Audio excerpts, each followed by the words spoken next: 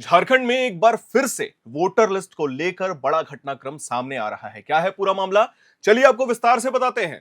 राज्य में फरवरी महीने में वोटर लिस्ट के स्पेशल इंटेंसिव रिवीजन यानी एसआईआर की औपचारिक घोषणा हो सकती है। मीडिया रिपोर्ट्स के मुताबिक 10 फरवरी के बाद किसी भी दिन इस प्रक्रिया की शुरुआत की जा सकती है। इसी की तैयारी का जायजा लेने के लिए 8 जनवरी को, इस दिन को याद रखिएगा, 8 जनवरी को चुनाव आयोग की एक टीम झारखंड पहुंच रही है और सीईओ ऑफ झारखंड के रवि कुमार के साथ उनकी बैठक होने वाली है।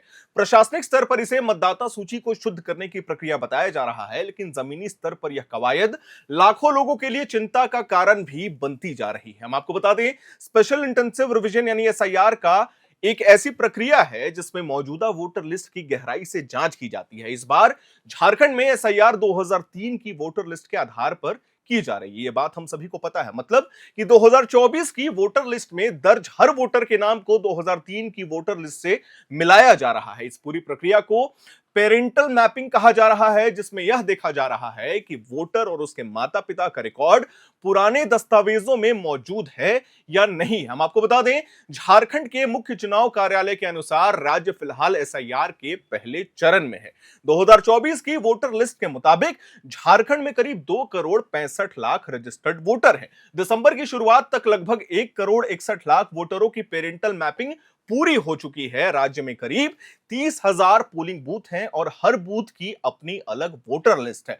बूथ लेवल अधिकारी यानी बीएलओस को हर एक नाम को 2003 की लिस्ट से मिलाने की जिम्मेदारी दी गई है। अब तक हम आपको बता दें, झारखंड में 78% का काम जो है, यानी कि जो मैपिंग है, वो पूरी की जा चुकी है। लेकिन इसी प्रक्रिया के दौरान एक चौंकाने वाला आंकड़ा सामने आया है। क्या है वो आंकड़ा? चलिए समझते हैं। अब तक की पेरेंटल मैपिंग में लगभग 12 लाख ऐसे वोटर्स की पहचान हो गई है जिनके नामों पर सवाल खड़े हो गए हैं। आशंका जताई जा रही है कि अगर इन वोटरों ने जरूरी दस्तावेज जमा नहीं किए तो उनके नाम मतदाता सूची से काटे जा सकते हैं।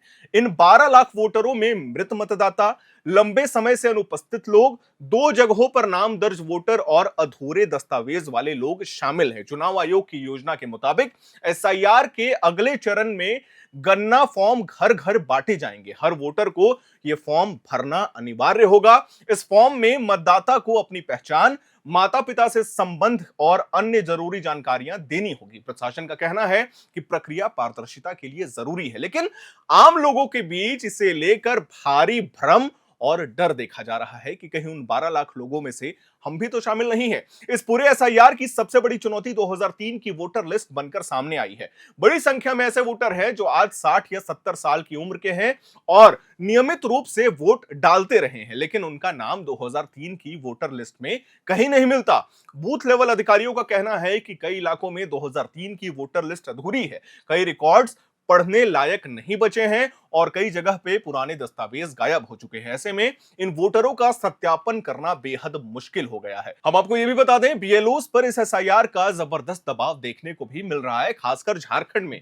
साहिबगंज जिले के एक बूथ लेवल अधिकारी ने बताया कि उन पर लगातार टारगेट पूरा करने का दबाव बनाया जा रहा है। उनके मुताबिक वीडियो कॉन्फ्रेंसिंग मीटिंग के दौरान जिला प्रशासन की ओर से साफ चेतावनी दी जाती है कि अगर तय समय में काम पूरा नहीं हुआ तो निलंबन जैसी कार्रवाई भी पूरी की जा सकती है। इस बीएलओ के जिम्मे करीब 1200 वोटर वाला एक बूथ है और जहां हर एक नाम को 2003 की लिस्ट से मिलाना पड़ता है। बीएलओस का यह कहना है कि 2003 के बाद जो वोटर जुड़े हैं उनके लिए माता पिता से संबंध साबित करना सबसे बड़ी चुनौती बनती जा रही है। इस बारे में कोई स्पष्ट दिशा निर्देश नहीं दिए गए हैं कि कौन सा दस्तावेज मान्य होगा। ये बीएलओस कह रहे हैं। कई मामलों में वोटर्स के माता पिता के नाम ही पुराने रिकॉर्ड में दर्ज नहीं है। इससे ना सिर्फ काम धीमा हो रहा है, बल्कि बीएलओस की असमंजस की स्थिति भी लगातार झारखंड में बनती जा रही है। इस एसआईआर में आम वोटरों में भी डर का माहौल बना हुआ है। खासकर वे लोग ज्यादा परेशान हैं जिनका नाम 2003 की वोटर लिस्ट में है ही नहीं।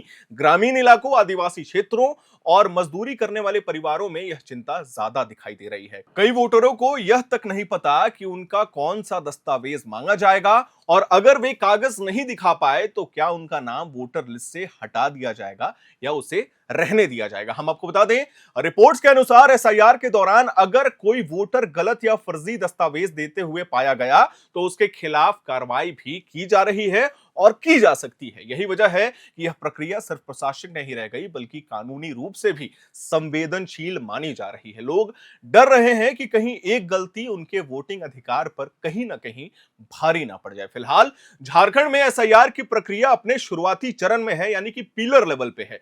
8 जनवरी को चुनाव आयोग की टीम राज्य का दौरा करेगी और इसके बाद फरवरी में औपचारिक घोषणा होने की संभावना है। 10 फरवरी के बाद किसी भी समय, यकीन मानिए किसी भी समय एसआईआर की शुरुआत हो सकती है। आने वाले दिनों में यह साफ होगा कि कितने वोटरों के दस्तावेज जमा करने का मौका मिलेगा और कितनों के नाम वास्तव में मतदाता सूची से हटाए जाएंगे। झारखंड में चल रहा ये एसआईआर सिर्फ वोटर लिस्ट की कवायद नहीं है, बल्कि ये सीधे तौर पर लोकतंत्र से जुड़ा हुआ मामला है। जब लाखों लोगों के नाम कटने की बात शुरू होगी तो सवाल उठना लाजमी है कि क्या यह सही वोटरों को अपनी पहचान साबित करने का पूरा और निष्पक्ष मौका मिलेगा। आने वाले समय में यह प्रक्रिया झारखंड की राजनीति और लोकतांत्रिक व्यवस्था दोनों के लिए एक बड़ा इम्तिहान साबित होने वाला है। लेकिन कुछ प्रश्न है जो पूछना लाजमी है और जरूरी है। प्रश्न क्या है? आपको याद होगा फेज बाय फेज झारखंड में मैपिंग की जा रही है।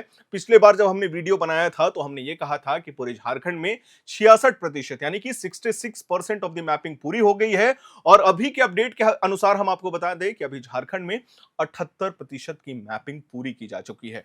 अब जो बचा हुआ 22% है वो भी जल्द से जल्द खत्म हो जाएगा, क्योंकि हमने आपको कहा 8 जनवरी को एक बेहद जरूरी मीटिंग होने वाली है झारखंड में और उसके बाद 10 फरवरी के बाद किसी भी समय ऑफिशियल अनाउंसमेंट किया जा सकता है।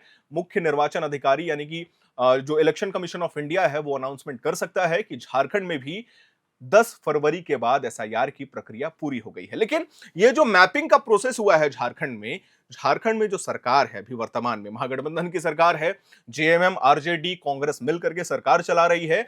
उनके अनुसार उन्होंने कहा था, शीतकालीन सत्र में भी कहा था, आपको याद होगा, उससे पहले भी कहा था, लगातार विरोध प्रदर्शन भी हो रहा था कि हम झारखंड में एसआईआर की प्रक्रिया पूरी नहीं होने देंगे। लेकिन जिस तरीके से मैपिंग की गई है, जिस तरीके से मैपिंग से ही यह पता चल गया है कि कितने लाख वोटर्स के नाम कटने वाले हैं, तो कहीं ना कहीं झारखंड में यकीन मानिए 90% ऑफ द एसआईआर का काम जो है वो पूरा हो चुका है। अब जब ऑफिशियल अनाउंसमेंट आएगा, जब रियलिटी में एसआईआर की प्रक्रिया झारखंड में शुरू होगी, तो और भी मामला जो है वो क्लियर हो जाएगा कि कितने घुसपैठिए हैं झारखंड में, कितने लोगों का वोटर लिस्ट अभी तक अपडेटेड नहीं है। खैर, हमने आपको ये बात पहले भी कही थी, हम आज भी आपको ये बात बता रहे हैं कि अगर आप अपना नाम 2003 की वोटर लिस्ट से नहीं देख पा रहे हैं या आपको नहीं मिल रहा है तो 1950 पे कॉल करें। उसके बाद झारखंड.ceo.gov.in पे भी आप जाकर के अपना नाम या फिर अपने पेरेंट्स का नाम, अपने माता पिता का नाम चेक कर सकते हैं, क्योंकि ये प्रक्रिया बेहद जरूरी मानी जा रही है। खैर, इस मामले को लेकर यानी कि 8 जनवरी को जो मीटिंग होने वाली है उसको लेकर क्या कुछ अपडेट होगा, ये हम अपने चैनल के माध्यम से अपने दर्शकों को देते जाएंगे। वीडियो को लाइक करें, शेयर करें, हमारे चैनल को सब्सक्राइब करें। कैमरे के पीछे मौजूद है मेरे सहयोगी अभिषेक मुकुंद, मेरा नाम है हर्षित और आप देख रहे हैं एयर नाउ।